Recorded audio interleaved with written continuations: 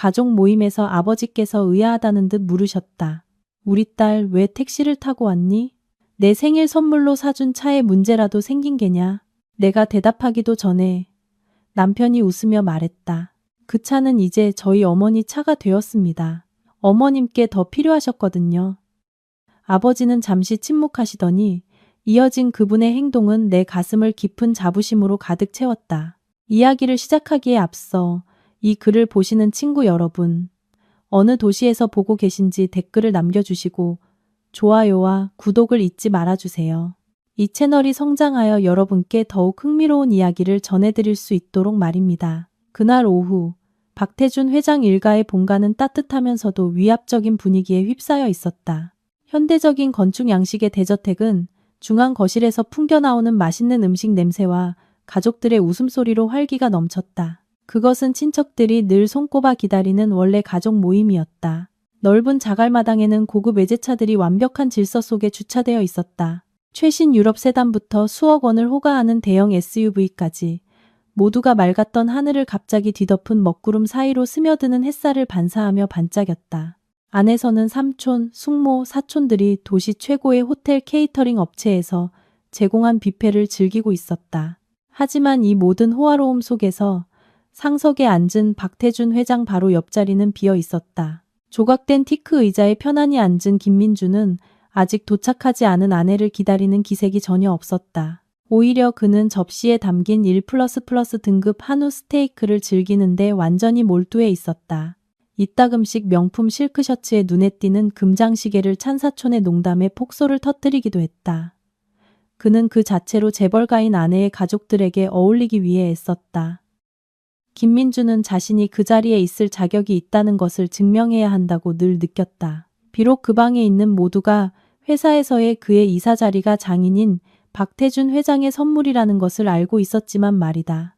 그의 지나치게 자신감 넘치고 다소 거만한 태도는 종종 일부 친척들을 불편하게 했지만 그들은 인내심과 지혜로 명성이 자자한 박 회장에 대한 존경심 때문에 침묵을 지켰다. 저택의 높은 담장 밖으로 짙은 남색의 택시 한 대가 천천히 멈춰섰다.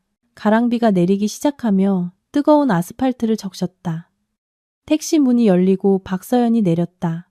그녀는 아름다웠지만 조금 지쳐 보였다. 택시의 카드 단말기가 작동하지 않아 그녀는 가방을 뒤져 현금으로 요금을 지불해야 했다.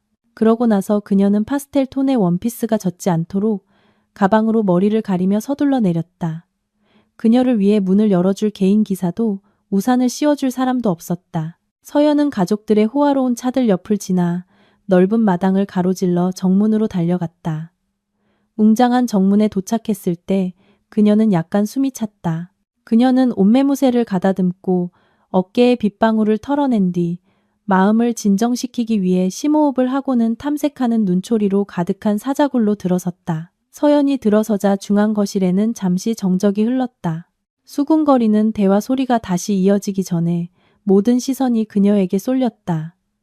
눈에 띄게 조용해졌지만 말이다. 서연의 모습은 소박하지만 우아했고 그녀를 둘러싼 사치와는 극명한 대조를 이루었다. 그녀의 얼굴에는 피곤함이 서려 있었다. 옅은 미소로 감추려 했지만 다크서클이 그녀의 지친 기색을 드러내고 있었다. 그녀는 가족의 가장으로서 상석을 지키고 있는 아버지 박 회장에게 다가갔다. 박 회장은 날카로우면서도 사랑이 가득한 눈빛으로 딸을 바라보았다. 그는 딸의 구두가 비에 약간 얼룩져 있고 원피스 아랫단이 축축한 것을 알아차렸다. 그의 부성애적 본능은 딸이 감추려고 애써온 문제들을 즉시 감지했다. 박 회장은 천천히 숟가락을 내려놓았고 그가 낸 섬세한 소리는 참석한 모든 사람의 귀에 유난히 크게 울리는 듯했다. 그는 막 존경스럽게 자신의 손에 입을 맞춘 서연을 바라본 뒤 아내를 위해 일어나거나 의자를 빼줄 생각도 없이 여전히 맛있게 음식을 씹고 있는 김민준에게로 시선을 돌렸다. 박 회장은 부드럽게 헛기침을 했고 그것만으로도 식탁의 대화는 완전히 멈췄다. 그는 차분하면서도 위험 있는 중저음의 목소리로 질문을 던졌다. 그 단순한 질문 하나가 그의 사위의 운명을 영원히 바꿔놓을 것이었다. 그는 서연이 왜 늦었는지, 그리고 왜 마치 대중교통을 이용한 사람처럼 흠뻑 젖어 보이는지 물었다. 특히 그녀의 편의를 위해 아주 특별한 생일 선물을 막 해준 참이었는데 말이다. 박 회장은 지난주에 보낸 신형 메르세데스 벤츠 S클래스의 행방에 대해 거짓 호기심을 가장하며 물었다. 설마 차가 고장나서 서연이 타진 날씨에 택시를 타야만 했던 것일까? 서연은 침묵했다. 그녀의 입술이 살짝 떨렸다. 그녀는 아직 남편의 행동을 덮어줄 적절한 문장을 찾지 못했다. 온 가족 앞에서 그를 창피하게 만들고 싶지 않았기 때문이다. 서연은 순종적인 아내였다. 비록 그녀의 마음이 자주 무너져 내릴지라도 그녀는 항상 남편의 평판을 지키려고 노력했다. 하지만 서연의 입에서 한마디도 나오기 전에 김민준이 입에 음식을 반쯤 채운 채 대화에 끼어들었다. 아주 편안한 태도로 죄책감이라고는 전혀 찾아볼 수 없는 모습으로 김민준은 장인의 질문에 대답했다. 그는 S클래스 벤츠가 이제 자신의 어머니 오미숙 여사의 손에 있다고 큰 소리로 말했다. 김민준은 마치 세상에서 가장 합리적인 일인 양 어머니가 사교클럽 친구들에게 무시당하지 않으려면 크고 호화로운 차가 필요하다고 설명했다. 그는 듣는 이들의 피를 끓게 하는 주장을 덧붙였다. 사무실만 오가며 소박하게 옷을 입는 서연은 검소하게 살아야 하며 주차 공간을 찾을 필요가 없으니 카카오 택시를 이용하는 것이 더 실용적이고 편리하다는 것이었다. 방은 이전보다 더욱 조용해졌다. 삼촌과 숙모들은 믿을 수 없다는 듯 서로를 쳐다보았다. 그들은 그 차가 허영심으로 유명한 그의 사부인을 위한 것이 아니라 박 회장이 그의 유일한 딸인 서연에게 준 개인적인 선물이라는 것을 알고 있었다. 김민준의 말은 무례할 뿐만 아니라 아내에 대한 완전한 무시와 선물을 준 사람 앞에서 자신의 위치를 망각한 태도를 보여주었다. 서연은 극심한 수치심을 참으며 고개를 숙였다. 그녀는 택시를 타고 온 것이 부끄러운 것이 아니라 남편이 자신의 아버지 앞에서 그렇게 자랑스럽게 자신의 어리석음을 드러내는 것이 부끄러웠다. 그녀는 원피스 자락을 꽉 쥐며 땅이 꺼져 자신을 삼켜버렸으면 하고 바랐다. 남편이 아내의 편안함보다 어머니의 체면을 우선시하는 것을 들으니 가슴이 아팠다. 하지만 박 회장의 반응은 김민준에게는 전혀 예상 밖이었다. 서연의 아버지는 식탁을 치지도 소리를 지르지도 심지어 분노로 얼굴을 붉히지도 않았다. 박 회장은 잠시 침묵하며 마치 기이한 곤충을 관찰하듯 사위를 바라보았다. 그러고 나서 그의 입가에 희미한 미소가 떠올랐다. 그것은 눈까지는 닿지 않는 미소였다. 그는 김민준이 방금 설명한 뒤틀린 논리를 이해하는 것처럼 천천히 고개를 끄덕였다. 박 회장은 중립적인 톤으로 이제 오미숙 여사가 차를 사용하고 있다는 것을 이해하며 김민준의 정직함에 감사한다고 말했다. 김민준은 장인의 반응을 승인의 표시 혹은 적어도 젊은 세대 앞에서 무력한 노인의 모습으로 해석하고는 우쭐하며 미소를 지었다. 그는 마치 아무런 저항 없이 아내 가족의 자산을 관리하는 데 성공한 것처럼 승리감을 느꼈다. 실크 식탁보로 덮인 테이블 아래에서 박 회장의 손이 천천히 움직여 바지 주머니에서 스마트폰을 꺼냈다. 화면을 보지도 않은 채 그의 손가락은 가족 메신저 앱을 열고 회사의 보안 및 운영팀에게 짧은 명령을 입력했다. 많은 말이 필요 없었다. 단 한 문장으로 자산회수 프로토콜을 활성화하기에 충분했다. 메시지는 즉시 전송되어 김민준과 그의 어머니 위에 파괴적인 폭풍을 불러일으켰다. 박 회장은 다시 스마트폰을 주머니에 넣고 커피 잔을 들어 즐겁게 한 모금 마셨다. 마치 매우 수익성 좋은 사업 계약을 막 체결한 것 같았다. 그의 눈은 부드럽게 서연에게 머물며 모든 것이 괜찮을 것이라는 그녀의 아버지가 상황을 통제하고 있다는 무언의 신호를 보냈다. 모든 것을 모르는 김민준은 자신의 머리 위에 다모클레스의 검이 매달려 그의 오만함을 뿌리째 자를 준비를 하고 있다는 것도 모른 채 탐욕스럽게 계속 식사를 했다. 한편 도시의 다른 곳에서는 대조적인 장면이 펼쳐지고 있었다. 수도 상류층의 만남의 장소인 한 명품 백화점에서였다. 흐린 하늘조차 오미숙 여사가 자신의 새 장난감을 자랑하고 싶은 욕망을 막을 수는 없었다. 웅장한 중앙 로비의 VIP 하차 구역에 반짝이는 검은색 메르세데스, 벤츠 S클래스가 모든 사람이 볼 수 있도록 의도적으로 약간 비스듬히 주차되어 있었다. 오미숙 여사는 턱을 치켜든 채 차 옆에 서 있었다. 그녀는 머리부터 발끝까지 어울리지 않는 색상들로 치장하고 있었다. 명품 브랜드 로고를 과시하려는 어설픈 시도로. 악어 가죽 모조품 가방이 팔에 걸려 있었고 손가락에는 지나치게 반짝이는 금반지들이 가득했다. 그녀 주위에는 사교 클럽 친구 5명이 다양한 표정으로 그녀를 바라보고 있었다. 어떤 이는 감탄하고 어떤 이는 질투하며 오미숙 여사 집안의 평범한 출신을 아는 몇몇은 몰래 비웃고 있었다. 하지만 오늘 무대의 주인공은 오미숙 여사였다. 그녀는 이 크고 웅장한 차가 사랑하는 아들 김민준의 특별한 선물이라고 일부러 목소리를 높여 이야기했다. 그녀는 민준의 사업이 번창하여 이 거의 2억 원에 가까운 차를 할부도 없이 현금으로 사줄 수 있었다고 자랑했다. 그녀는 마치 아들의 등을 두드려주듯 차의 보닛을 어루만지며 열선과 통풍 기능이 있는 편안한 좌석과 최첨단 오디오 시스템을 뽐냈다. 그녀는 며느리가 아들의 성공에 아무런 기여도 하지 않은 것처럼 서연의 이름은 전혀 언급하지 않았다. 그녀의 친구들은 거짓 칭찬으로 그녀를 치켜세웠고 이는 오미숙 여사의 자존심을 더욱 부풀렸다. 그들은 민준이 얼마나 좋은 아들인지, 오미숙 여사가 그렇게 성공하고 효심 깊은 아들을 둔 것이 얼마나 행운인지 칭찬했다. 오미숙 여사는 스펀지처럼 모든 칭찬을 빨아들이며 세상의 정상에 선 기분을 느꼈다. 심지어 그녀는 더 오래된 세단을 타고 온 친구 중 한 명에게 안전과 편의를 위해 이제 차를 바꿀 때가 되었다고 넌지시 쏘아붙이기까지 했다. 거의 30분간의 과식 끝에 만족한 오미숙 여사는 마침내 모임을 끝내기로 결정했다. 그녀는 단골 피부관리실에 얼굴 관리를 받으러 가야 한다며 최대한 우아하게 작별 인사를 했다. 오미숙 여사는 손잡이의 버튼을 눌러 차문을 열고 새 가죽 냄새가 나는 시원한 실내로 미끄러져 들어갔다. 그녀는 운전석에 앉아 키가 더 커 보이도록 등을 곧게 펴고 여전히 로비 보도에 서서 그녀의 출발을 지켜보는 친구들에게 다시 한번 손을 흔들었다. 완전한 자신감으로 오미숙 여사는 시동 버튼을 눌렀지만 바로 거기서 그녀의 악몽이 시작되었다. 부드러운 엔진음 대신 길고 날카로우며 귀를 찢을 듯한 경보음이 울렸다.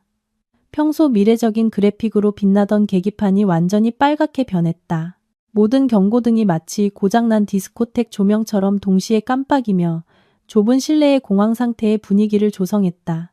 오미숙 여사가 무슨 일이 일어나고 있는지 이해하기도 전에 그녀가 그렇게 자랑했던 프리미엄 스피커를 통해 차량 컴퓨터 시스템에 자동화된 목소리가 힘차게 울려 퍼졌다. 목소리는 차갑고 단조로운 로봇 음성이었지만 메시지는 매우 명확했다.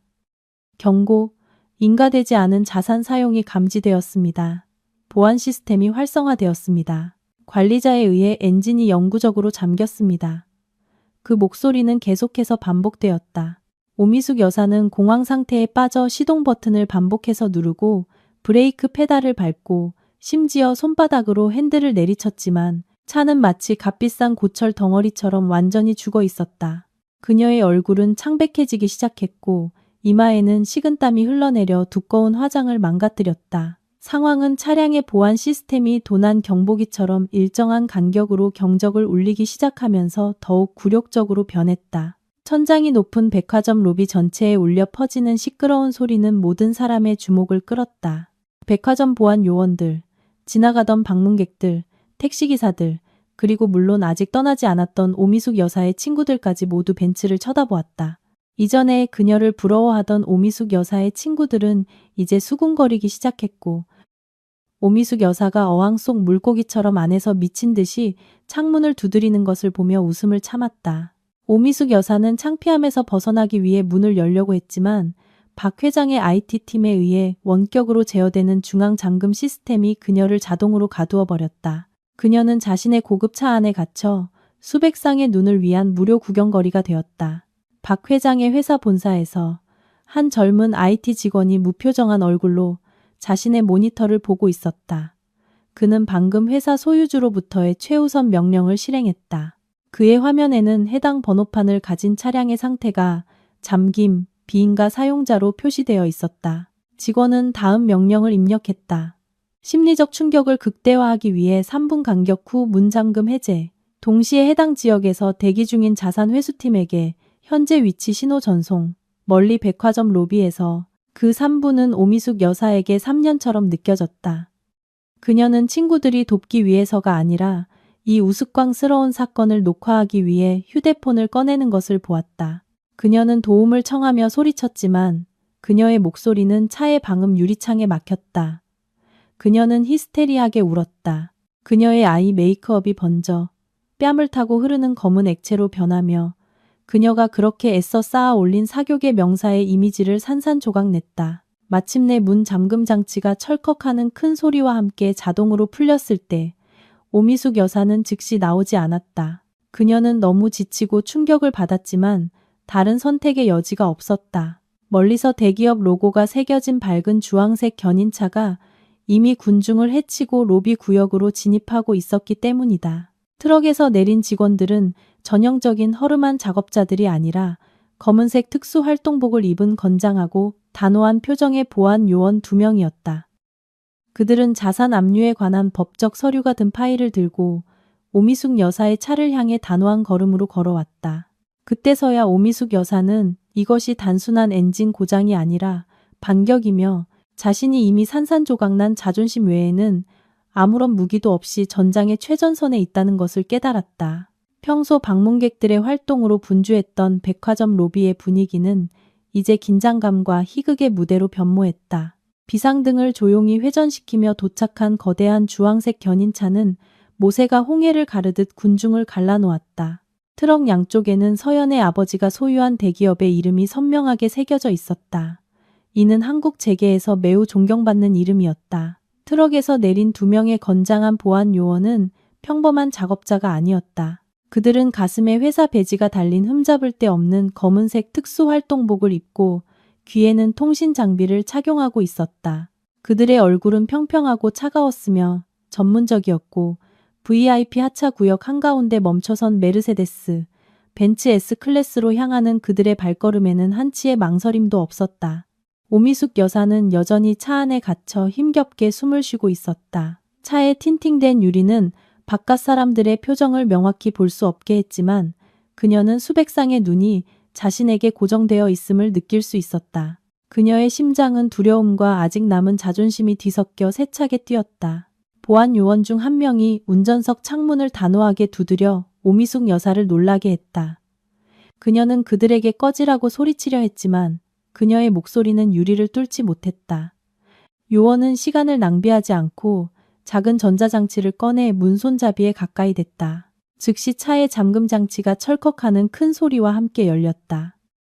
운전석 문이 활짝 열리면서 로비의 뜨거운 공기와 군중의 웅성거림이 시원한 실내로 밀려 들어왔다. 보안 요원은 약간 몸을 숙였지만 그의 말투에는 친절함이 전혀 없었다. 그는 오미숙 여사에게 차량에서 내려달라고 요청했다. 즉시 회사 자산을 확보해야 한다는 것이었다. 자존심이 짓밟혔다고 느낀 오미숙 여사는 분노에 차 폭발했다. 그녀는 온 힘을 다해 핸들을 붙잡고 움직이기를 거부했다. 목이 맨 목소리로 그녀는 차가 아들 민준의 것이며 아무도 그것을 빼앗을 권리가 없다고 소리쳤다.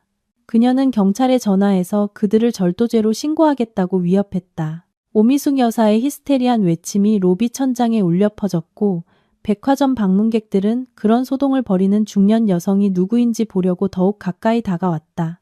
여러 사람이 휴대폰을 꺼내 카메라 기능을 켜고 이 창피한 사건을 실시간으로 녹화하기 시작했다. 보안 요원은 감정에 휩쓸리지 않았다. 그는 침착하게 공식 문서가 담긴 플라스틱 파일을 꺼냈다. 그는 봉인되고 서명된 자산 회수 명령서를 보여주었다. 군중의 앞줄이 들을 수 있을 만큼 큰 목소리로 그는 문제의 차량이 박태준 회장 회사의 운영 자산으로 등록되어 있으며 현재 서면 허가 없는 사람에 의해 오용되고 있다고 설명했다. 회사 자산과 오용이라는 단어는 여전히 보도에 멍하니 서 있던 오미숙 여사 친구들의 귀에 울려 퍼졌다. 그들의 표정은 혼란에서 경멸로 바뀌었다. 오미숙 여사가 그렇게 자랑하던 고급차가 사실은 아들의 성공의 결실이 아니라 사돈 회사의 업무용 차량이라는 소문이 퍼지기 시작했다. 오미숙 여사가 계속 저항하며 내리기를 거부하자 보안 요원들은 마침내 규약에 따라 단호한 조치를 취했다. 한 요원이 동료에게 신호를 보냈다. 민첩하지만 다치게 하지 않으면서. 그들은 오미숙 여사의 손을 핸들에서 떼어냈다. 오미숙 여사는 버릇없는 아이처럼 발버둥 쳤다. 그녀의 발이 허공에서 허우적거렸지만 운동을 거의 하지 않는 중년 여성의 힘은 훈련된 2명의 경호원에게 상대가 되지 않았다. 몇 초 만에 오미숙 여사는 차에서 끌려 나왔다. 그녀는 비틀거리다가 균형을 잡기 위해 로비 기둥을 잡지 않았다면 아스팔트에 넘어졌을 것이다. 그녀의 모조품 가방이 떨어져 내용물이 바닥에 쏟아졌다. 값싼 립스틱, 구겨진 휴지, 그리고 쇼핑 영수증만 들어있는 불룩한 지갑이었다. 다음 장면은 모든 굴욕의 절정이었다. 견인차 기사가 재빨리 벤츠의 앞범퍼에 고리를 걸었다. 견인 기계가 굉음을 내며 거대한 차를 트럭 플랫폼 위로 부드럽게 들어 올렸다. 오미숙 여사는 달려가 트럭 옆면을 두드리며 차를 가져가지 말라고 울며 애원했다. 그녀는 마치 아들이 갑자기 나타나 자신을 구해줄 것처럼 민준의 이름을 외쳤지만 어떤 영웅도 나타나지 않았다. 트럭은 오미숙 여사가 그토록 자랑스러워했던 사회적 지위의 상징을 싣고 천천히 멀어져 갔다. 그녀는 도로 한가운데 홀로 남겨졌다. 예전에 그렇게 공들였던 머리 스타일은 이제 헝클어졌고 번진 마스카라는 대낮에 그녀의 모습을 유령처럼 보이게 했다. 주위의 누구도 그녀를 돕지 않았다. 그들은 사건 영상을 소셜미디어에 올리느라 너무 바빴다. 오미숙 여사의 친구 중 한 명, 이전에 그녀가 낡은 차 때문에 무시했던 입이 험한 여성이 비꼬는 미소를 지으며 다가왔다. 그녀는 오미숙 여사가 일어나는 것을 돕기 위해 손을 내밀지 않고 단지 조용하지만 날카롭게 말했다. 아드님, 차가 급한 회사 일이 생겼나 봐요. 카카오 택시라도 부르시죠? 그 말은 다른 친구들 사이에서 킥킥거리는 웃음을 유발했다. 오미숙 여사는 멍한 눈으로 주위를 둘러보았다. 그녀의 세상은 거짓 위에 세워져 있었다. 한 방문객의 휴대폰에서 알림이 울렸다. 보안 요원에게 끌려나가는 오미숙 여사 영상이 도시의 가십 계정에 올라와 몇 분 만에 수천 조회수를 기록했다. 헤드라인은 고통스러울 정도로 잔인했다. 사모님 스타일, 알고 보니 사돈회사 리스 차량. 박 회장의 저택으로 돌아와 파티 분위기는 여전히 평온했다. 백화점 로비에서 방금 일어난 혼란과는 극명한 대조를 이루었다. 부드러운 피아노 선율이 디저트를 즐기는 손님들을 위해 배경음악으로 흘러나왔다. 서연은 조용히 의자에 앉아 있었다. 그녀의 눈은 앞에 놓인 빈 접시를 뚫어지게 바라보며 옆에서 여전히 개걸스럽게 음식을 씹는 남편의 소리를 무시하려고 애썼다. 김민주는 매우 편안해 보였다. 그는 이따금씩 입을 가리지 않고 작은 트림을 하며 박 회장의 질문에 아무런 논쟁 없이 성공적으로 대답한 후 장인댁에서 작은 왕처럼 행세했다. 그는 그 방의 고요함이 큰 폭풍 전의 고요함이라는 것을 몰랐다. 갑자기 테이블 위에 있던 민준의 휴대폰이 시끄러운 최신 유행가 벨소리와 함께 격렬하게 진동했다. 그 소리는 방의 평온을 깨뜨렸고 몇몇 삼촌들이 짜증스러운 표정으로 돌아보았다. 민준은 재빨리 휴대폰을 집어들고 화면에 엄마라는 이름을 보았다. 그는 어머니가 새 차를 뽐낼 수 있게 해준 것에 대해 감사 전화를 한 것이라고 생각하며 활짝 웃었다. 자신감 있게 민주는 모든 사람이 자신의 대화를 들을 수 있도록 자리에서 일어나지 않고 전화를 받았다. 하지만 민준의 얼굴에서 미소는 순식간에 사라졌다. 저편에서 들려온 목소리는 감사의 목소리가 아니라 비통한 울음과 섞인 히스테리한 비명이었다. 오미숙 여사의 목소리는 너무 커서 옆에 앉아있던 서연조차도 희미하게 들을 수 있었다. 민준의 얼굴은 창피함으로 붉어졌다가 분노로 창백해졌다. 그는 어머니의 끊어지는 이야기를 들었다. 차가 깡패들에게 강제로 견인되었고 친구들 앞에서 굴욕을 당했으며 지금은 길거리에 버려졌다는 것이었다. 민준의 좁은 마음은 즉시 모든 것이 서연의 짓이라고 결론 내렸다. 그는 상처받은 서연이 몰래 경찰에 전화했거나 차보험을 해지했다고 생각했다. 분노가 그를 삼켰다. 민준은 접시에 숟가락을 던져 요란한 소리를 냈고 방 전체가 즉시 조용해졌다.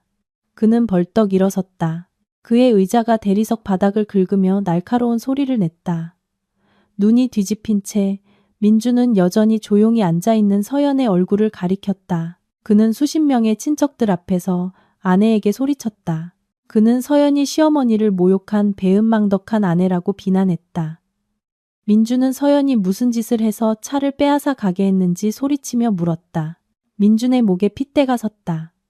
그의 얼굴은 온갖 모욕을 퍼부을 준비가 되어 있었다. 서연은 고개를 들어 헤아릴 수 없는 표정, 연민과 피로가 뒤섞인 표정으로 남편을 바라보았다. 하지만 그녀가 자신을 변호하기 위해 입을 열기 전에 중저음의 목소리가 뜨거운 칼이 버터를 자르듯 민준의 분노를 끊었다. 박 회장이 상석에서 일어섰다. 그의 움직임은 느리고 침착했지만 모두를 숨죽이게 하는 아우라가 있었다. 그는 소리치지도 식탁을 치지도 않고 단지 민준에게 조용히 하라는 의미로 손을 살짝 들었다. 놀랍게도 분노에 차있던 민준은 입을 다물었다. 그의 입은 약간 벌어진 채였다. 박 회장은 식탁을 돌아 걸었다. 그의 발걸음은 사위에게 다가갈 때 단호했다. 그는 정확히 민준에게서 2걸음 떨어진 곳에 멈춰서서 많은 경쟁자들을 굴복시켰던 사업가의 날카롭고 꿰뚫는 눈빛으로 그의 눈을 바라보았다. 중립적인 톤으로 박 회장은 차에는 아무런 문제가 없다고 말했다. 그는 원래 소유주인 회사가 현재 사용자가 자격이 없다고 판단했기 때문에 차가 회수되었다고 설명했다. 민준은 장인의 말을 이해하려 애쓰며 입을 열었다. 박 회장은 계속해서 이번에는 더욱 차가운 톤으로 말했다. 그는 민준의 어머니가 차가 필요하다고 들었으니 지금 길에서 더위에 시달리고 있을 테니 즉시 가보라고 했다. 당황한 민준은 사무실로 돌아가야 한다고 변명하려 했지만 박 회장은 다시 그의 말을 끊었다. 죽음과 같은 침착함으로 박 회장은 민준에게 새로운 현실을 알려주었다. 그는 민준이 타고 온 세단, 즉 그가 개인적인 용도로 사용해온 회사차의 열쇠를 요구했다. 민준은 반사적으로 바지 주머니를 잡으며 열쇠를 내주기를 거부했다. 박 회장은 희미하고 무서운 미소를 지었다. 그는 그 차가 직원 복지이며 그날 오후 50으로 심각한 윤리 위반과 자산 남용으로 민준의 이름이 회사 직원 명단에서 삭제되었으므로 민준은 더 이상 그 차에 대한 권리가 없다고 말했다. 해고 소식은 마치 박 회장이 가족 식사 중에 날씨 이야기를 하는 것처럼 전달되었다. 민준의 얼굴에서 핏기가 사라지고 다리가 후들거렸다. 그는 지지를 구하며 서연의 삼촌들과 숙모들을 바라보았지만 모두가 경멸과 냉담함으로 그를 바라볼 뿐이었다. 아무도 그에게 동정심을 느끼지 않았다. 박 회장은 열쇠를 요구하며 손을 내밀었다. 떨리는 손으로 민준은 주머니를 뒤져 세단 열쇠를 건넸다. 그것은 마치 자신의 인생을 내주는 것과 같았다. 그 차와 그 직업이 없으면 그는 아무것도 아니었다. 하지만 굴욕은 아직 끝나지 않았다. 박 회장은 주머니에서 지폐 한 장, 5만 원짜리를 꺼냈다. 그는 지폐를 조심스럽게 접어 민준의 비싼 셔츠 주머니에 넣어주었다. 박 회장은 주머니를 2번 두드린 후 가까이 있는 사람들이 들을 수 있을 만큼 큰 소리로 속삭였다. 그 돈은 택시비로 쓰라는 것이었다. 고급 택시는 너무 비싸니 민준은 서연에 대해 전에 말했던 것처럼 절약하는 법을 배워야 한다고. 박 회장은 방구석에서 기다리고 있던 집의 보안 책임자에게 고갯짓을 했다. 2명의 건장한 경호원이 다가왔다. 그들은 민준을 거칠게 건드리지 않고 단지 그의 양옆에 서서 즉시 떠나라는 강한 심리적 압박을 가했다. 민준은 아내가 자신을 변호해 주기를 바라며 마지막으로 서연을 보았지만 서연은 이미 돌아선 뒤였다. 그녀는 어머니에게 따뜻한 차를 따라주며 마치 민준이 더 이상 그곳에 없는 것처럼 행동했다. 비틀거리는 걸음과 산산조각난 자존심으로 민준은 끝내지 못한 맛있는 음식을 지나 출구를 향해 그 웅장한 식당에서 쫓겨났다. 그의 뒤에서 가족들의 대화는 천천히 다시 시작되었다. 마치 시야를 가리던 쓰레기 조각이 방금 제자리에 놓인 것처럼 김민준이 박 회장의 저택 정문을 나섰을 때 그가 내딛는 걸음마다 폭발적인 분노와 가슴 찢어지는 수치심이 뒤섞여 있었다. 그를 호위하던 2명의 건장한 경호원은 높은 철제 대문까지 그를 따라왔다. 그들은 한마디도 하지 않았지만 그들의 시선은 민준이 이제 이 호화로운 부지에서 즉시 제거되어야 할 쓰레기에 불과하다고 외치고 있었다. 자동문이 묵직한 금속 소리를 내며 그의 등 뒤에서 천천히 닫혔을 때 민준은 마치 자신의 안락한 삶으로 가는 문이 영원히 닫힌 것처럼 느꼈다. 그는 멍하니 바깥 보도에 서서 따뜻하게 불빛이 빛나는 웅장한 집을 바라보았다. 해고당하고 추방된 남자가 아니라 사랑받는 사위로서 저녁의 나머지를 즐겼어야 할 장소였다. 흐렸던 하늘이 마침내 그 내용물을 쏟아냈다. 그것은 가랑비가 아니라 차갑고 거센 폭우였다. 마치 자연 자체가 민준을 모욕하는 파티에 동참하는 것 같았다. 오늘 민준은 길가의 나무 아래로 급히 피했지만 그 잎사귀는 물의 공격으로부터 그를 보호하기에 충분히 빽빽하지 않았다. 서연의 가족 카드로 상값 비싼 실크 셔츠는 이제 흠뻑 젖어 피부에 달라붙었다. 절망 속에서 그는 바지 주머니를 뒤져 스마트폰을 꺼냈고 그 화면은 빗방울에 약간 젖어 있었다. 떨리는 손가락으로 그는 택시 앱을 열었다. 장인의 이웃이나 지인이 그를 거지처럼 길에서 보기 전에 빨리 그곳을 떠나야 했다.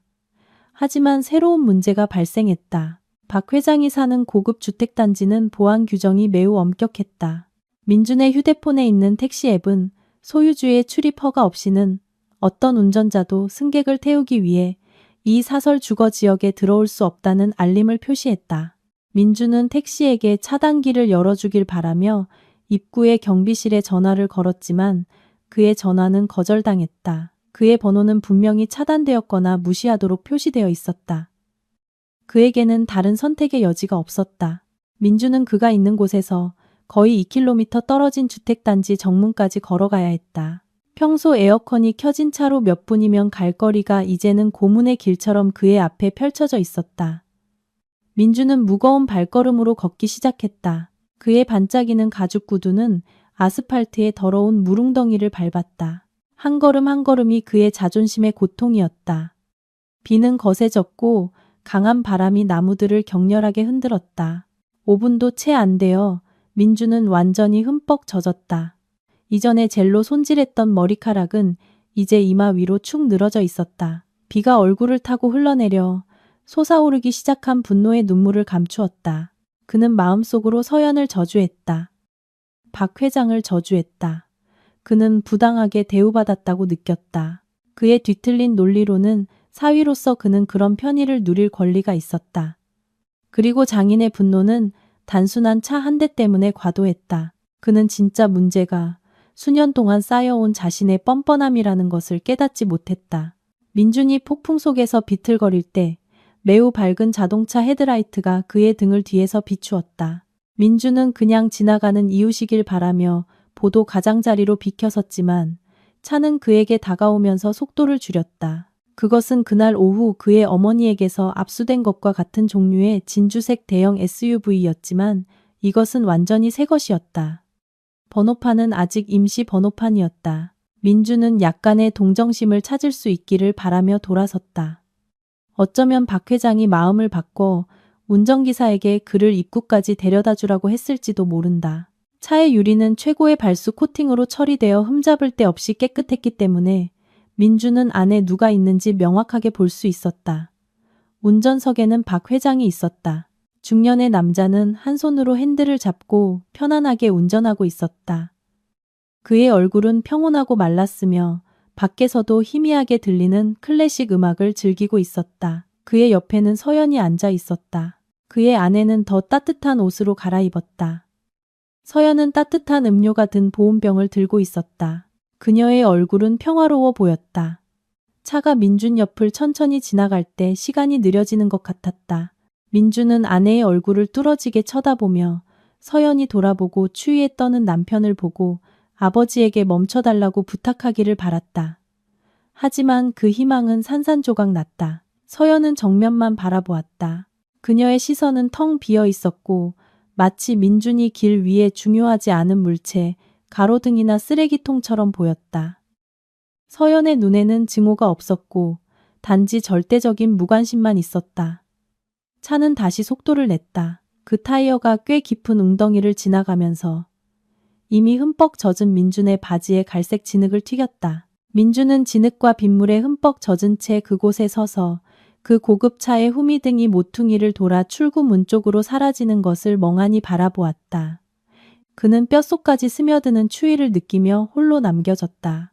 1시간 후 민준은 마침내 월세와 공과금을 모두 서연이 내주던 그가 집이라고 부르던 월세 아파트에 도착했다. 그의 몸은 격렬하게 떨렸고 입술은 파랗게 변해 있었다. 그는 문을 쾅 닫고 들어갔다. 약간의 온기나 적어도 감정을 쏟아낼 곳을 찾기를 바랐지만 거실에서 그를 맞이한 광경은 그에게 더 큰 두통을 안겨줄 뿐이었다. 집은 엉망이었다. 거실 소파에는 오미숙 여사가 웅크리고 있었다. 그녀의 머리는 헝클어져 있었고 번진 마스카라 자국이 여전히 뺨을 얼룩지게 했다. 그의 어머니도 흠뻑 젖어 있었다. 아무래도 백화점에서 괜찮은 교통수단을 구하는데 어려움을 겪었던 모양이다.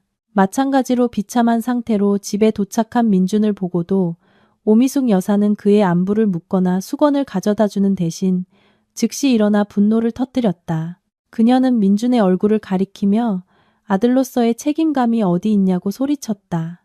오미숙 여사는 백화점에서의 비극을 다시 이야기하며 어떻게 자신이 범죄자처럼 취급받고 도시 전체의 웃음거리가 되었는지 과장했다. 그녀는 민준이 아내를 통제하지 못했다고 비난하며 서연에게 너무 무르게 대해서 며느리가 회사차를 회수하는 무례한 행동을 저지를 용기를 주었다고 비난했다. 오미숙 여사의 날카로운 비명이 그리 크지 않은 아파트를 가득 채워 민준의 귀를 윙윙거리게 했다. 육체적으로나 정신적으로 지친 민준은 더 이상 참을 수 없었다. 그는 생전 처음으로 어머니의 고함에 맞대응했다. 그는 서류 가방을 바닥에 내던지고 이 모든 것이 어머니의 탐욕과 허세 때문에 일어났다고 소리쳤다. 민준은 어머니가 차의 소유에 대해 입을 다물지 못했기 때문에 자신이 해고당하고 쫓겨나고 박 회장의 온 가족 앞에서 굴욕을 당했다고 말했다. 오미숙 여사는 해고라는 말을 듣고 눈이 휘둥그레져 잠시 침묵했다. 하지만 그 여자의 자존심은 실수를 인정하기에는 너무 컸다. 대신 그녀는 상황을 뒤집었다. 그녀는 만약 민준이 정말로 항상 자랑하던 것처럼 성공하고 부자였다면 해고는 문제가 되지 않았을 것이라고 말했다. 어머니와 아들 사이의 싸움은 분노 속에서 계속되었고 서로를 비난하며 조화롭고 번영하는 가족이라는 가면 아래 숨겨왔던 더러운 비밀들을 들추어냈다. 그들의 위장이 동시에 시끄럽게 울릴 때에야 논쟁이 멈췄다. 배고픔이 감정을 이겼다. 그들은 정오 이후로 아무것도 먹지 않았다는 것을 깨달았다. 박 회장 파티의 고급 음식은 먼 기억이었고 자랑하느라 너무 바빴던 오미숙 여사 역시 백화점에서 점심을 먹지 못했다. 스트레스와 비에 젖은 피로와 결합된 배고픔은 고통스럽게 느껴졌다. 민주는 자존심을 삼키려 애쓰며 긴 한숨을 내쉬었다. 그는 옷 때문에 젖은 소파에 앉아 다시 휴대폰을 꺼냈다. 그는 스트레스를 풀기 위해 비싼 패스트푸드를 잔뜩 주문할 생각이었다. 맛있는 음식이 적어도 이 나쁜 날을 조금은 위로해 줄 수 있을 것이라고 생각했다. 민주는 음식 배달 앱을 열었다. 그의 손가락은 재빨리 그가 가장 좋아하는 프라이드 치킨 레스토랑의 패밀리 메뉴를 선택했다. 그는 여러 사이드 메뉴와 큰 음료를 추가했다. 총액은 거의 4만 원에 달했다. 망설임 없이 그는 주문 버튼을 누르고 앱에 저장된 신용카드 결제 방법을 선택했다. 로딩원이 휴대폰 화면에서 돌아갔다. 민주는 뜨겁고 바삭한 프라이드 치킨을 상상하며 침을 삼켰다. 하지만 주문 수락 알림 대신 화면에 빨간색 오류 메시지가 나타났다. 거래 실패. 카드 발급사에서 결제가 거부되었습니다. 민주는 눈살을 찌푸렸다. 그는 네트워크 오류일 수 있다고 생각했다. 그는 다시 시도했다. 이번에는 두 번째 신용카드를 사용했다. 그가 항상 친구들 앞에서 자랑하던 플래티넘 카드였다. 결과는 같았다. 거부됨. 그의 관자놀이에 식은땀이 맺히기 시작했고 아직 마르지 않은 빗물과 섞였다. 그는 등록된 모든 카드, 체크카드, 쇼핑카드, 디지털 지갑의 카드를 시도했다. 하나씩 모두 거래를 거부했다. 그때서야 현실이 그를 강하게 덮쳤다. 그는 방금 그 모든 카드들이 서연의 급여 계좌가 주 계좌인 가족 보조카드라는 것을 기억해냈다. 이 모든 시간 동안 서연이 그의 생활 방식을 지원했고 민준은 단지 카드를 긁기만 했다. 민준의 손가락이 격렬하게 떨렸다. 그는 개인 계좌, 즉 박 회장 회사에서의 직장에서 받은 월급 계좌의 잔액을 확인하기 위해 모바일 뱅킹 앱을 열었다. 화면에 나타난 숫자는 그를 무력하게 만들었다. 20만 원. 그것이 그가 스스로 번 모든 돈이었다.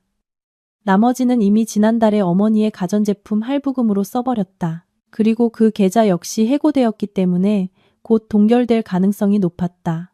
민주는 창백한 얼굴로 오미숙 여사를 바라보았다. 그는 어떤 카드도 사용할 수 없다고, 서연이 모든 것을 막았다고 더듬거리며 말했다. 오미숙 여사는 좌절감에 소리를 지르며 민준에게 소파 쿠션을 던졌고 자기 집에서 굶어야 하는 자신의 운명을 한탄했다. 마치 그 고통이 충분하지 않다는 듯이. 갑자기 집 밖의 전기 계량기에서 날카로운 경고음이 계속해서 들려왔다. 그것은 선불 전기 계량기의 잔해기 위험 수준이라는 경고음이었다. 민준과 오미숙 여사는 두려움에 가득 찬 눈으로 서로를 바라보았다. 이 모든 시간 동안 계량기는 항상 자녀들의 물류 필요를 관리하는 박 회장의 개인 비서에 의해 자동으로 충전되었다. 이제는 그런 편의가 더 이상 없었다. 그 경고음은 시한폭탄의 카운트다운처럼 들렸다. 민주는 이전에 박 회장이 준 현금을 주머니에서 찾았다. 5만 원짜리 지폐는 흠뻑 젖고 구겨져 있었다. 그가 충전 카드를 사러 편의점으로 달려갈 생각조차 하기 전에 딸깍하는 큰 소리가 들렸다. 즉시 집의 모든 불이 꺼졌다. 선풍기가 멈추고 텔레비전이 검게 변했다. 완전한 어둠이 그들을 감쌌다. 월세 아파트는 창문을 통해 보이는 간헐적인 번갯불에만 비춰진 채 완전한 어둠에 잠겼다. 그 어둠 속에서 무서워하는 아이처럼 울기 시작한 오미숙 여사의 흐느낌이 들렸다. 민주는 어둠 속에서 소파에 기대어 앉았다. 배고픔에 배가 아프고 추위에 몸이 떨리며 지갑은 비어 있었다. 그날 밤 그의 응석바지 인생에서 처음으로 민주는 진정한 가난이 무엇인지 느꼈다. 음식도 빛도 출구도 없이 다음 날 아침 태양은 강렬하게 빛나고 있었다. 전기 부족으로 여전히 어둠에 잠겨있는 민준의 월세 아파트의 암울한 분위기와는 극명한 대조를 이루었다. 밤새 선풍기와 에어컨이 꺼진 채 민주는 땀으로 끈적거리는 몸으로 잠에서 깼다. 그는 욱신거리는 두통과 함께 눈을 떴다.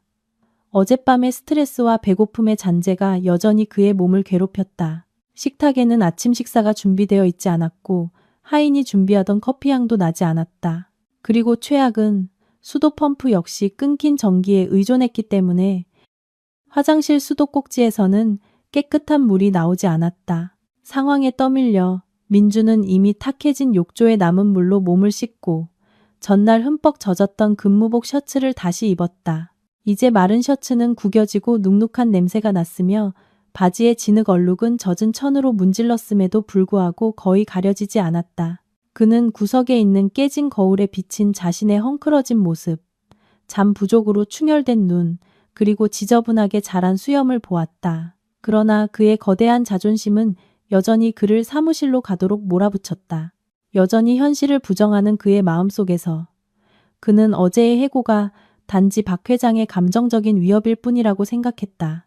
그는 가서 사과하거나 적어도 헌신적인 근무 태도를 보이면 장인이 마음을 풀 것이라고 확신했다. 평소 에어컨이 켜진 세단에서 편안하게 하던 출근길은 고문이 되었다. 민주는 큰 길까지 걸어가서 수천 명의 다른 승객들의 땀냄새로 가득한 만원 시내버스에 몸을 구겨 넣어야 했다. 그는 문 근처에 꽉 끼어 서서 신발이 밟히지 않도록 애쓰고 빈속 때문에 인치던 메스꺼움을 참았다. 서울의 금융 중심지인 여의도에 도착한 민주는 이미 잃어버린 존엄성을 되찾으려는 듯 억지로 허리를 펴고 박 회장 소유의 고층 빌딩으로 걸어갔다. 그는 셔츠 깃을 바로 잡았다. 하지만 보도에서 마주친 몇몇 옛 동료들의 시선은 달랐다. 그들은 그에게 인사하지 않고 시선을 피하거나 속삭이며 비웃는 눈초리로 그를 쳐다보았다. 아무래도 파티에서 일어난 일과 그의 어머니의 바이럴 영상에 대한 소문이 그의 발걸음보다 더 빨리 퍼진 모양이었다. 민주는 반짝이는 대리석 바닥에 웅장한 건물 로비로 들어섰다. 그는 자동 개찰구로 향해 목에 걸고 있던 사원증을 꺼냈다. 지난 3년 동안 근육 기억이 된 움직임으로 그는 카드를 스캐너에 댔다. 평소라면 불빛이 녹색으로 바뀌고 개찰구가 열렸겠지만 이번에는 기계가 길고 날카로운 경고음을 내고 불빛이 밝은 빨간색으로 켜졌다. 접근 거부라는 단어가 기계의 작은 화면에 선명하게 나타났다. 목구멍까지 차오르는 창피함을 느낀 민주는 카드를 다시 한 번, 두 번, 세 번 긁었다. 그의 뒤에 선 직원들의 줄이 조급하게 수군거리기 시작했다. 그 거부음은 그의 외톨이 신세를 알리는 사이렌과 같았다. 민준이 좌절감에 기계를 치기 전에 건장한 건물 보안 요원 2명이 이미 그의 앞에 서 있었다. 그중 한 명은 민준이 예전에 담배를 사오라고 시키거나 어머니의 쇼핑백을 들어주라고 부리던 보안 책임자였다. 하지만 오늘 그 경비원의 시선은 마치 의심스러운 낯선 사람을 보는 것처럼 차갑고 멀었다. 경비원은 그에게 인사하지 않았다. 단호하고 중립적인 목소리로 그는 민준에게 사무실 구역에 들어갈 수 없다고 알렸다. 명령은 이사회에서 직접 내려왔고 민준의 이름은 이미 건물의 보안 블랙리스트에 올라 있었다. 민준은 오해를 풀기 위해 인사부장을 만나고 싶다고 소리치며 반박하려 했지만 경비원은 단호하게 고개를 저었다. 보안 요원은 몸을 살짝 숙여 안내 데스크 아래에 있던 판지 상자를 집어들었다. 그는 상자를 민준의 가슴에 거칠게 밀어붙였다. 상자 안에는 그의 책상에서 치워진 개인 물품들이 들어있었다. 유리가 깨진 그와 서연의 사진 액자, 최고의 부장님이라고 쓰인 커피 머그컵, 스테이플러, 그리고 값싼 볼펜 몇 자루였다. 그 잡동사니 더미 위에는 회사의 공식 로고가 찍힌 봉인된 흰 봉투가 있었다. 그것은 해고 통지서였다. 떨리는 손으로 민준은 봉투를 열었다. 그의 눈은 냉혹하지만 치명적인 법률 용어들을 훑었다. 해고 사유는 굵은 글씨로 쓰여 있었다. 심각한 윤리 강령 위반, 회사 자산 남용, 그리고 기업 이미지의 해로운 행위. 퇴직금이나 추천서는 없었고 모든 회사 비품을 반납하지 않으면 형사소송에 직면할 것이라는 통지뿐이었다. 민주는 붐비는 로비 한가운데서 로봇처럼 상자를 끌어안고 멍하니 서 있었다. 그는 지나가는 수백 명의 사람들 앞에서 벌거벗은 기분이었다. 창피함이 얼굴부터 귀까지 타올랐다. 그는 돌아서서 한때 그에게 정체성과 자부심을 주었던 곳에서 비틀거리며 건물을 빠져나왔다.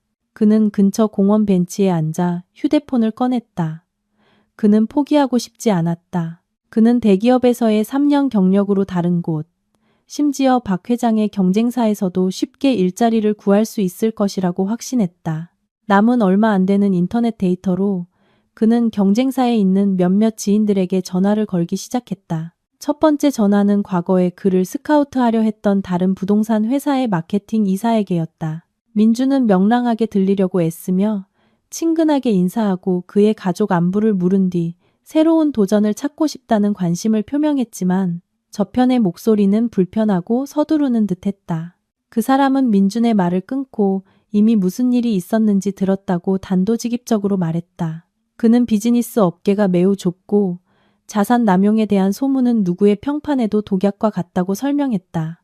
어떤 신뢰할 수 있는 회사도 박 회장에게 개인적으로 해고당하고 청렴도에 문제가 있는 사람을 감히 고용하지 않을 것이라고 했다. 그 사람은 미안하다고 말하고 서둘러 전화를 끊었다. 민주는 2번째, 3번째 그리고 10번째 연락처에 전화했다. 결과는 같았다. 어떤 이는 받지 않았고 다른 이들은 즉시 그의 번호를 차단했으며 몇몇은 그의 이름이 이미 업계 인사부장 협회의 블랙리스트에 올라있다고 직설적으로 말했다. 박 회장은 정말로 그의 모든 문을 닫아버렸다. 민주는 단지 직업을 잃은 것이 아니라 그의 미래를 잃었다. 잔인한 서울의 태양 아래 민주는 자신이 이제 어떤 곳에서도 팔리지 않는 독성 평판을 가진 실업자라는 것을 깨달았다. 추방 사건 이후 일주일이 지났고 민준의 삶은 더욱 깊은 어려움의 구렁텅이로 빠져들었다. 그와 그의 어머니는 어두운 월세 아파트에서 텔레비전부터 믹서기까지 남은 가전제품을 하나씩 동네 고물상에게 헐값에 팔며 생존했다. 그 돈은 하루에 샌드위치 하나를 먹고 불을 밝힐 양초를 사기에도 빠듯했다. 그런 절망 속에서 법원 집행관이 소환장을 들고 나타났다. 서연이 공식적으로 이혼을 신청한 것이었다. 민주는 교활한 눈으로 소송 서류를 읽었다. 그의 조작적인 마음은 이것을 끝이 아니라 황금 같은 기회로 보았다. 그는 재산 분할을 생각했다. 3년간의 결혼 생활 동안 서연의 재산과 박 회장의 선물은 상당했다. 민준의 논리로는 합법적인 남편으로서 그는 그 재산의 절반에 대한 권리가 있었다. 구석에서 차가운 샌드위치를 씹고 있던 오미숙 여사는 재산 소송 이야기를 듣고 활기를 띠었다. 그녀는 아들의 귀에 독을 속삭이며 그들이 살던 호화로운 집, 차, 그리고 회사 주식의 일부를 요구하라고 부추겼다. 오미숙 여사는 법이 분명히 남편의 편을 들 것이며 서연이 전 남편을 아무것도 없이 내쫓을 만큼 잔인하지는 않을 것이라고 민준을 설득했다. 남은 마지막 돈으로 민준은 도시 외곽의 상가에 사무실을 둔 사건을 이기는 것보다 허풍을 더 많이 떠는 값싼 변호사를 고용했다. 하지만 민준에게는 다른 선택이 없었다. 그는 새로운 백만장자가 되어 그곳을 나올 것이라는 헛된 자신감을 가지고 법원으로 갔다. 재판날이 왔다. 가정법원의 분위기는 형식적이고 차가웠다. 민준은 남은 옷 중 가장 좋은 셔츠를 입었다. 지난주 급격한 체중 감소로 약간 헐렁했지만 그는 판사의 동정심을 사기 위해 최대한 애처롭게 보이려고 노력했다. 그러나 그의 눈은 탐욕으로 빛나고 있었다. 법정 반대편에서 문이 열리고 서연이 들어왔다. 그녀의 모습은 정말 달랐다.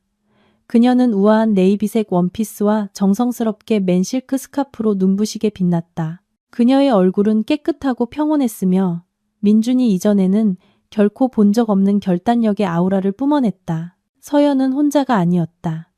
그녀는 국내 최고의 가족법 전문 로펌과 함께였다. 비싼 양복을 입은 남자들이 서류로 가득 찬 가죽 서류 가방을 들고 있었다. 재판은 소장과 답변서 낭독으로 시작되었다. 부부 공동 재산에 대해 논의할 시간이 되자 민준의 변호사는 즉시 터무니없는 요구로 공격했다. 그는 수십억 원 상당의 재산 분할을 요구하며 민준이 가업 경영과 가정의 안정을 유지하는 데 기여했다고 주장했다.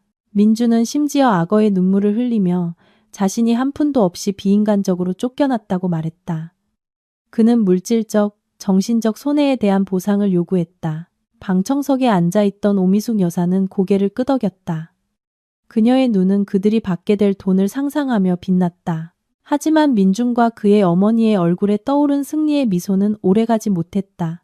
서연의 수석 변호사, 두꺼운 안경을 쓰고 독수리처럼 날카로운 눈빛을 가진 중년 남자가 조용히 일어섰다. 그는 감정적인 말로 민준의 주장을 반박하지 않고 데이터로 반박했다. 그는 법원에 3년간의 결혼 생활 동안의 가계 재정에 대한 법의 학적 감사 증거를 제출할 허가를 요청했다.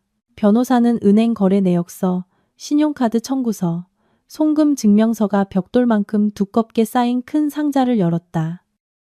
그는 충격적인 사실들을 제시하기 시작했다. 결혼 생활 동안 민주는 가계 지출에 단 한 푼도 기여하지 않은 것으로 드러났다. 그의 얼마 안 되는 월급은 항상 그의 개인적인 지출과 오미숙 여사의 생활 방식에 전부 사용되었다. 더 나쁜 것은 서연의 변호사는 민준과 그의 어머니가 즐겼던 모든 호화로운 편의시설 해외여행, 오미숙 여사의 명품 가방, 보석, 심지어 고향집 리모델링 비용까지 모두 서연 명의의 가족카드로 지불되었음을 증명했다.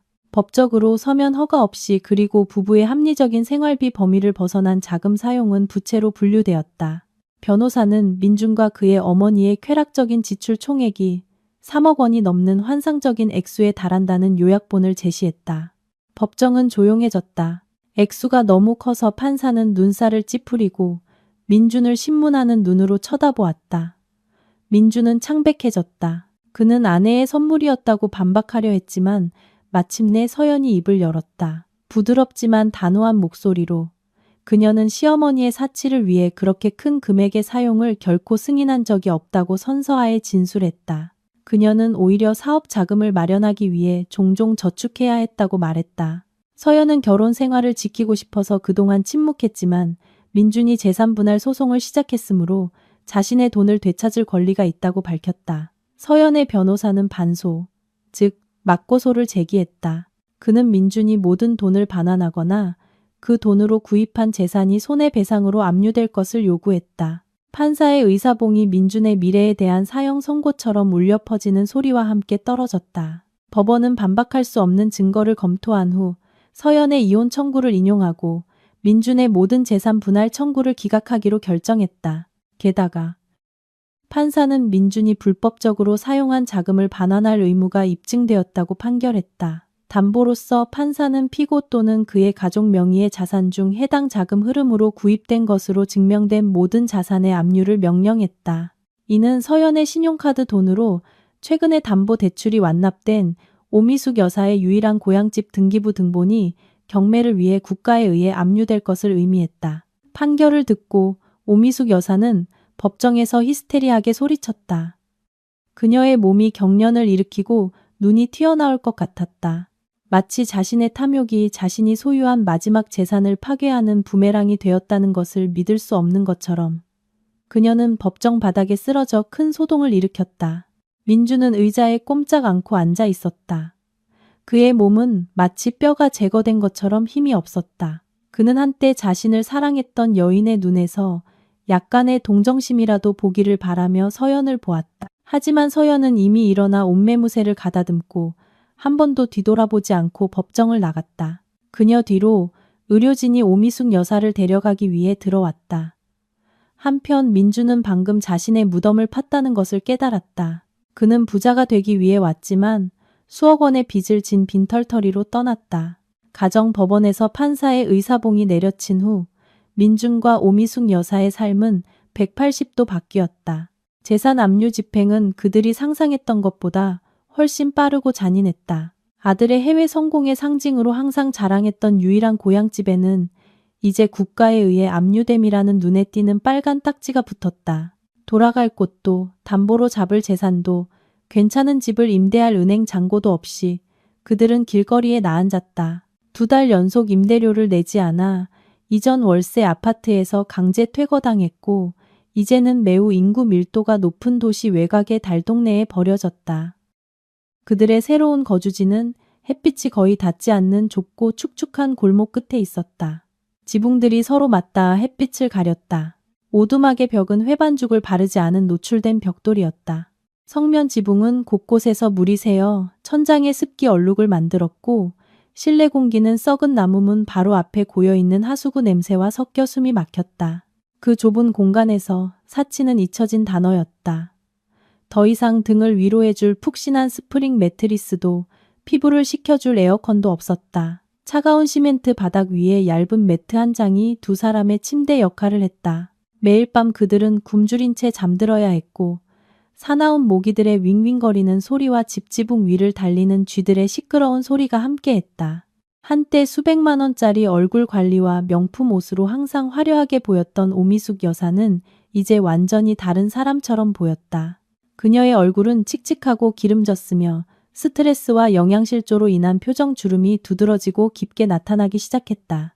비싼 미용실에서 항상 정성스럽게 손질했던 그녀의 머리카락은 이제 종종 축 늘어지고 눅눅한 냄새가 났으며 음식 포장지에 고무줄로 아무렇게나 묶여 있었다. 더 이상 그녀를 칭찬하는 상류층 친구들은 없었고 의심의 눈초리로 그녀를 바라보는 이웃들만 있었다. 매일 오미숙 여사는 새벽 기도 소리가 울리기 전에 일어나야 했다. 평소에 아침 운동이나 사교 클럽 모임을 준비하기 위해서가 아니라 대부분 공장 노동자인 이웃들을 위해 빨래와 다림질을 하는 일을 시작했기 때문이다.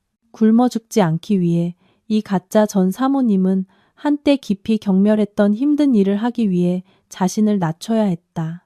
한때 부드럽고 도자기 찻잔만 들었던 그녀의 손은 이제 피부를 태우는 값싼 세제에 노출되어 거칠고 굳은 살이 박이고 갈라졌다. 그녀는 다른 사람들의 옷에 묻은 얼룩을 문지르면서 공중 화장실에서 종종 혼자 울었고 한때 경제적으로 낮은 계층으로 여겼던 사람들의 하녀가 되어야 하는 자신의 운명을 한탄했다. 하지만 이웃들은 그녀에게 동정심을 보이지 않았고 오히려 그녀의 느리고 깨끗하지 않은 일 처리에 대해 종종 비웃고 꾸짖었으며 세탁 비누의 품질에 대해 계속 불평하는 것에 대해서도 마찬가지였다. 민준의 상황도 그리 좋지 않았다. 사실 그는 어머니보다 더 심각한 정신적 붕괴를 겪었다고 말할 수 있었다. 한때 취업 지원서를 낼 때마다 자랑스러워했던 명문 대학의 학위는 이제 튀김 포장지보다 가치가 없었다. 부정직한 직원, 자산 횡령자, 그리고 박 회장의 대기업에서 불명예스럽게 해고된 사람이라는 낙인은 모든 회사에서 즉시 거절당하게 만들었다. 행정 직원이 필요한 소규모 회사들조차도 민준처럼 청렴도 기록이 나쁜 사람을 고용하기를 꺼렸다. 기업 세계는 그에게 문을 단단히 닫았다. 마침내 먹고 살기 위해 민준은 한때 가졌던 거대한 자존심을 삼켜야 했다. 그는 도시의 중앙 농수산물 시장에서 짐꾼으로 임시직을 받아들였다. 매일 밤 새벽까지 민주는 50kg짜리 쌀, 채소, 양파 자루를 배달 트럭에서 상인들의 가판대까지 운반해야 했다. 한때 에어컨이 켜진 사무실의 인체공학적 의자에 편안하게 기댔던 그의 등은 이제 척추를 고문하는 무거운 짐을 지탱하느라 긁히고 멍들고 구부러졌다. 한때 정성스럽게 관리했던 그의 피부는 이제 햇볕에 타서 검고 기름지고 비누로도 지우기 힘든 때로 가득 찼다. 한때 반짝이는 가죽 구두에 쌓여있던 그의 발은 이제 얇고 꿰맨 슬리퍼만 신고 썩은 쓰레기로 가득한 축축한 시장 바닥을 걸었다.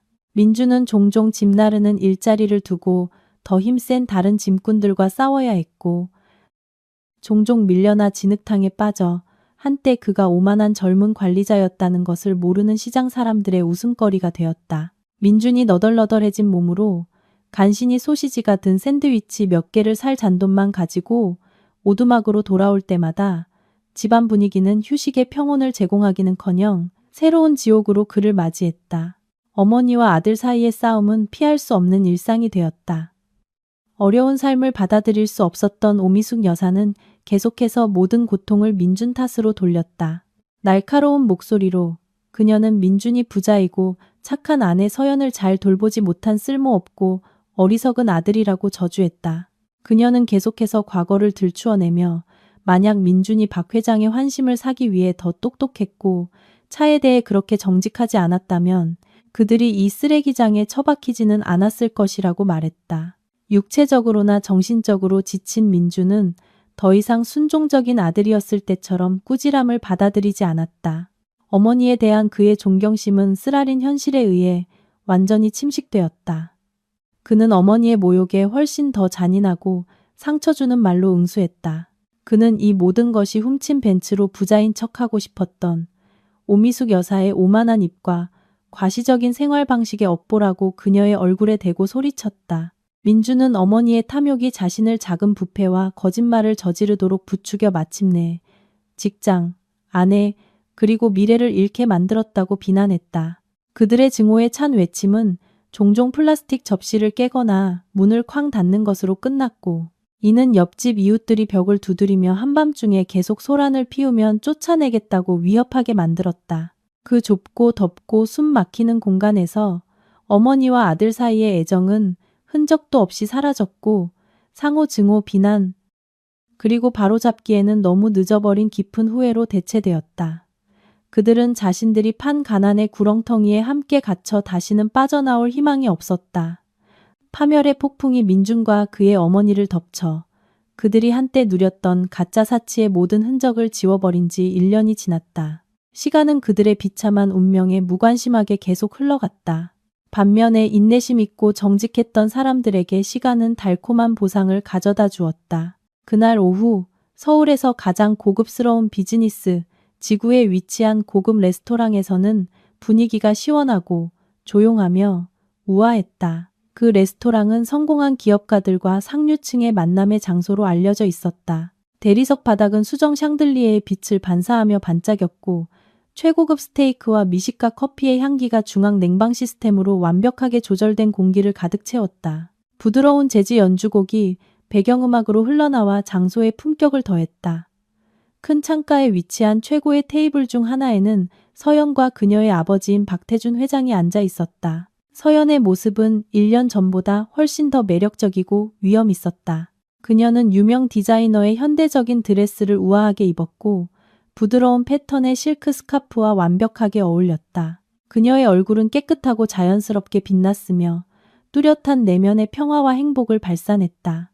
민준의 억압받는 아내였을 때와는 달리 슬픔, 정신적 압박 또는 부은 눈의 흔적은 더 이상 없었다. 서연은 이제 완전하고 독립적이며 존경받는 여성이었다.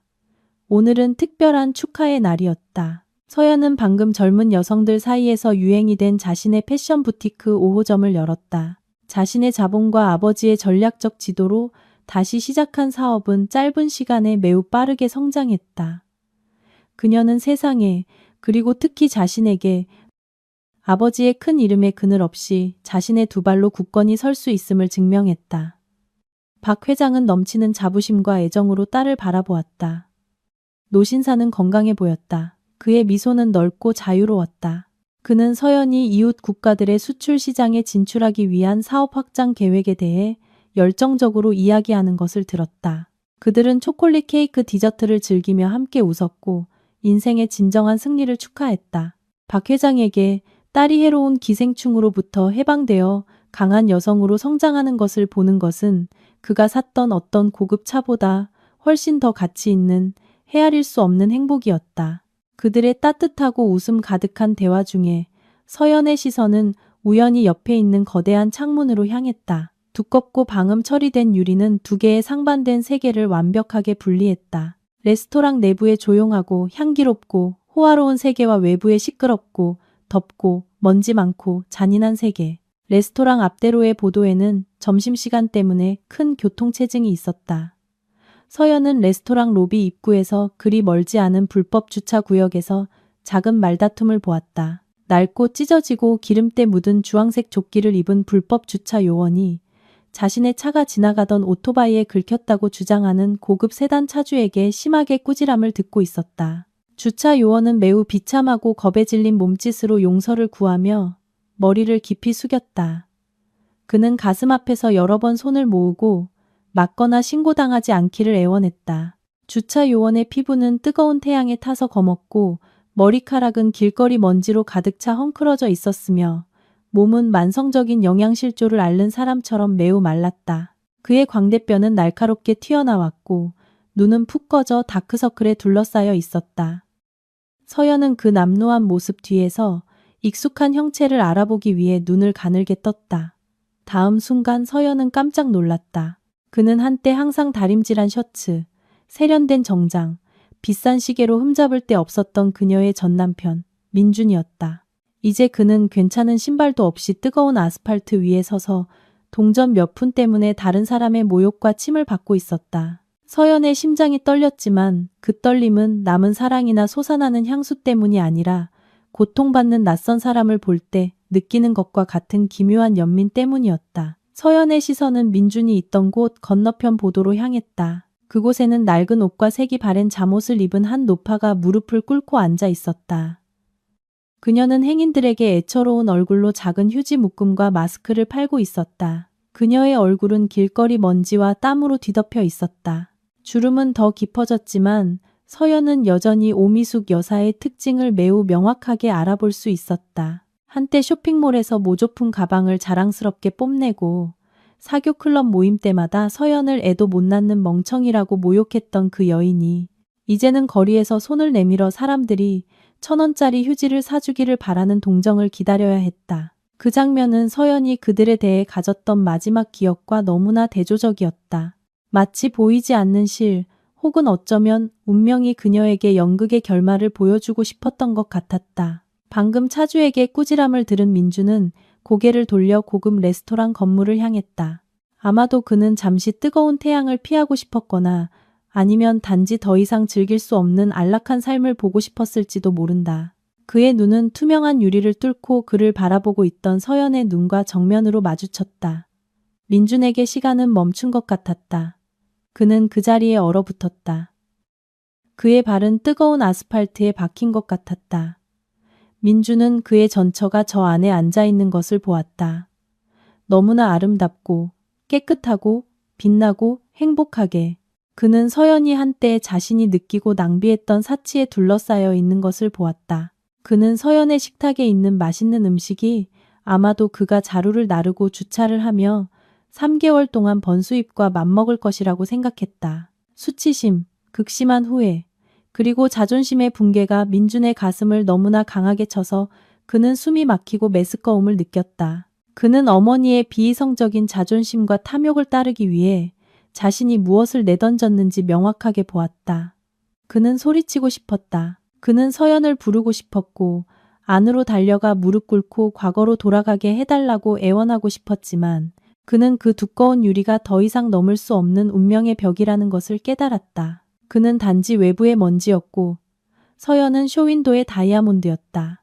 민주는 오미숙 여사도 돌아보며 놀라움에 입을 가리는 것을 보았다. 후회의 눈물이 그녀의 더럽고 주름진 뺨을 타고 흘렀다. 서연은 눈물 가득한 민준의 시선을 몇 초간 길게 마주했다. 서연의 얼굴에는 분노도 만족스러운 조롱의 미소도 불타는 복수심도 없었다. 단지 무표정하고 평온한 시선만 있었다. 끝나버린 과거를 보고 더 이상 자신의 삶에 조금의 자리도 없는 과거를 보는 사람의 시선. 서연은 천천히 시선을 돌려 일방적으로 그 눈 맞춤을 끊었다. 그녀는 다시 아버지를 바라보았다. 박 회장도 밖에 민준의 존재를 알아차렸지만 중요하게 생각하지 않기로 했다. 박 회장은 단지 고개를 끄덕이며 딸에게 미소 지었다. 모든 것이 지나갔다는 무언의 신호. 서연은 아버지의 미소에 부드럽게 화답하고 우아하고 단호한 몸짓으로 레스토랑 웨이터를 불렀다. 웨이터가 다가오자 서연은 햇빛이 너무 눈부시니 창문의 커튼을 닫아달라고 요청했다. 웨이터는 정중하게 고개를 끄덕이고 천천히 커튼줄을 당겼다. 두꺼운 황금색 천이 센티미터씩 내려오며 천천히 거리의 풍경을 가렸고 민준이 서연을 보는 시야를 막고 레스토랑 내부의 밝은 빛과 외부의 고통스러운 열기를 분리했다. 커튼은 단단히 닫혔고 서연에게는 그녀의 과거의 책도 영원히 닫혔다. 한편 민준과 그의 어머니에게 후회 속의 삶은 죽는 날까지 견뎌야 할 창살 없는 감옥이었다. 5년은 운명의 수레바퀴가 한 바퀴 완전히 도는데 짧은 시간이 아니다. 농수산물 시장 외곽의 허름한 다방에서 민준은 텅 빈 시선으로 생각에 잠겨 앉아 있었다. 그의 모습은 이제 실제 나이보다 훨씬 늙어 보였다. 한때 빽빽하고 검었던 머리카락은 이제 희끗희끗해졌고 일부는 듬성듬성했다. 얼굴 피부는 햇볕에 그을렸고 스트레스를 풀기 위해 너무 많이 피운 담배 때문에 이가 누렇게 변했다. 그는 색이 바랜 정당 티셔츠와 낡은 반바지를 입고 있었다. 그의 앞에는 묽은 블랙커피 한 잔과 차가운 꽈배기 하나가 놓여 있었다. 다시 채소 나르는 일을 하러 가기 전에 그가 감당할 수 있는 유일한 아침 식사였다. 시장의 소음과 상인들의 외침이 그의 암울한 삶의 배경음악처럼 들렸다. 민준의 주인은 다방 주인이 먼지 쌓인 선반에 놓인 낡은 브라운관 텔레비전의 볼륨을 높였을 때 흐트러졌다. 아침 뉴스에서는 세계 시장에서 성공한 영감을 주는 여성 기업가의 프로필에 대한 특별 보도를 하고 있었다. 화면에 나타난 얼굴을 보았을 때 민준의 심장은 떼는 듯했다. 그것은 서연이었지만 텔레비전에서 본 서연은 그가 알던 서연과는 매우 달랐다. 그녀는 너무나 우아하고 위엄 있고 빛났으며 진정한 행복의 아우라를 풍겼다. 서연은 아름다운 꽃밭으로 둘러싸인 박 회장의 예전 집보다 훨씬 큰 호화로운 집의 마당에서 인터뷰를 하고 있었다.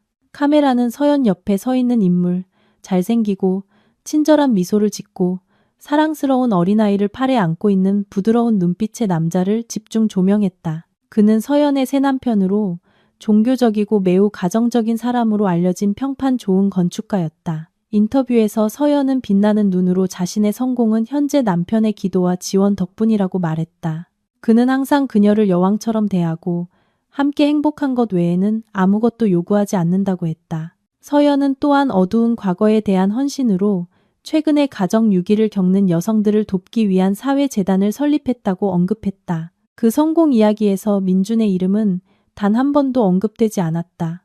서연에게 민준은 역사에서 완전히 지워졌다. 그는 그녀가 마침내 전속력으로 달릴 수 있기 전에 그녀를 넘어뜨린 작은 돌멩이에 불과했다. 민준은 가슴에 엄청난 압박감을 느꼈다. 마치 큰 바위가 폐를 으스러뜨리는 것 같았다. 그는 서연의 삶이 얼마나 완벽한지 보았다. 이제 그는 그녀의 새 남편의 눈에서 진정한 사랑을 보았다. 민준이 결코 주지 않았던 것, 어머니의 자존심을 쫓느라 너무 바빴다. 후회가 큰 파도가 바위를 치는 것처럼 그를 덮쳤지만 이번에는 파도가 그를 익사시켰다. 민준은 1년 동안 침대에 누워 지내며 가벼운 뇌졸중을 앓은 후 좁은 월세 아파트에서 마비된 채 지내는 오미숙 여사를 떠올렸다. 한때 그렇게 오만했던 그의 어머니는 이제 꿈속에서 울고 헛소리만 하며 돈이 없어 거의 갈아주지 않는 성인용 기저귀를 차고 노년을 보내고 있었고 상류층 친구들 중 누구도 찾아오지 않았다. 떨리는 손으로 민준은 다방 테이블에 동전 몇 개를 남기고 일어섰다. 여전히 서연의 작은 가족의 행복한 웃음을 보여주는 텔레비전 방송을 뒤로하고 그는 축축한 시장의 쉔저 속으로 나와 다시 무거운 양파 자루를 어깨에 꼈다. 가랑비가 내리기 시작하며 마침내 민준의 뺨을 타고 흐르는 눈물을 감추었다. 그는 가장 혹독한 벌이 가난이 아니라 한때 손에 다이아몬드를 쥐고 있었지만 금이라고 믿었던 돌멩이 때문에 그것을 버렸다는 깨달음이라는 것을 알았다. 이제 그는 끝없는 후회의 미로 속에서 맴돌면서 멀리서 다른 사람의 행복을 지켜보며 남은 인생을 보내야 했다. 그의 이야기는 운명에 의해 완벽하게 쓰여진 정의로 끝났다.